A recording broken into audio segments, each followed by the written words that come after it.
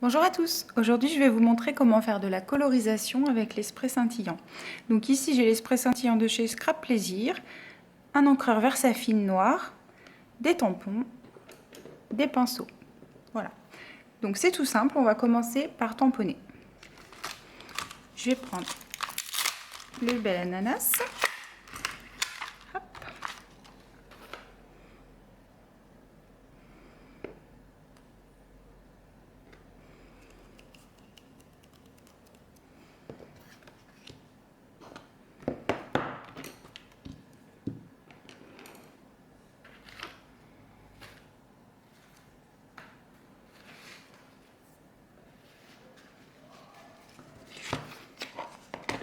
Alors pour être sûr de réussir vos tampons, mettez-vous sur une surface un petit peu molle, vous voyez, de l'essuie-tout plié en deux, quelque chose comme ça. Ça permet, quand vous avez un tampon avec beaucoup de détails, ça permet de bien tout imprimer.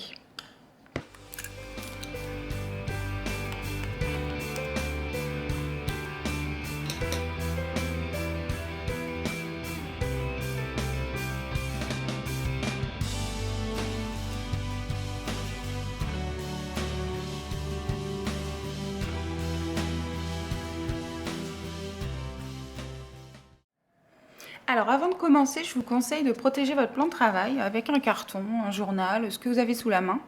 Si vous avez un tapis téflon, c'est encore mieux. Donc voilà notre tamponnage.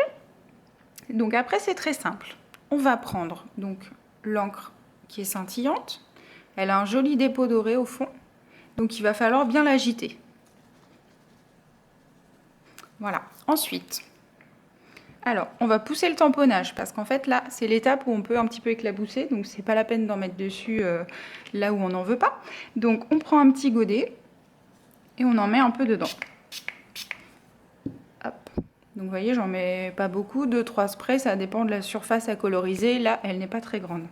Voilà. Ensuite, je vais prendre un pinceau que je vais mouiller un petit peu. Et donc, mon pinceau mouillé, je vais venir le mélanger à mon spray. Ça va le diluer très légèrement. Et puis tout simplement, on va pouvoir peindre.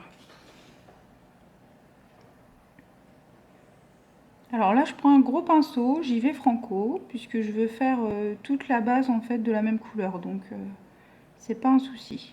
Pas besoin de trop de précision.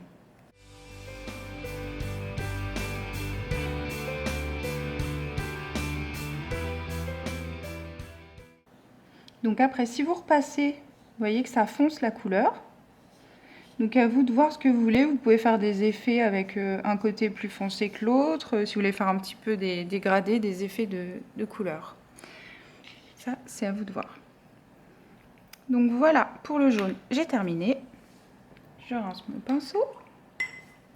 Donc je vais prendre du vert pour le feuillage. Alors, j'ai pas de vert qui me corresponde à la couleur que je veux. Donc les couleurs sont miscibles entre elles, c'est-à-dire que je vais prendre un vert bambou qui est très pétant et un vert orchidée qui va le canaliser, on va dire, un petit peu. Donc là pareil, je mets mon tamponnage de côté, je prends un godet, je mélange bien mes sprays.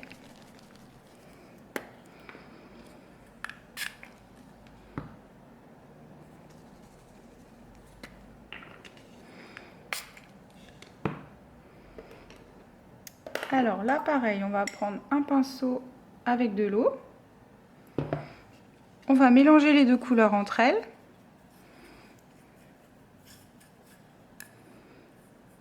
Et là, vous pouvez faire un essai pour voir si la couleur vous convient. Alors là, je trouve que c'est pas mal. C'est une couleur assez peps, mais pas trop. Parce que si j'avais mis que celui-ci, vous voyez, ça flash vraiment. Hein. Donc là, ça me convient. Je vais prendre un pinceau plus fin, par contre, puisqu'il y a des éléments un petit peu plus pointus. Donc, je mouille mon pinceau. Alors, essorez-le quand même, mais pas trop.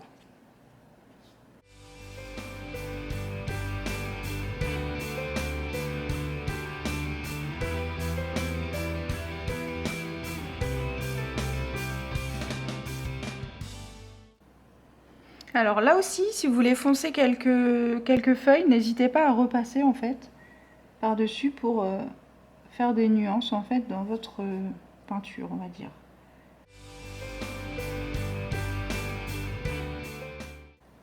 Voilà, vous aurez quelque chose de moins monotone. Voilà. Je vais rajouter une petite touche. Donc là, je vais prendre de la couleur verte, mais je vais la diluer encore un petit peu plus. Donc avec un pinceau avec plus d'eau en fait. Et je vais venir mettre une touche de vert sur l'ananas. Là, je ne l'ai pas assez dilué. Voilà.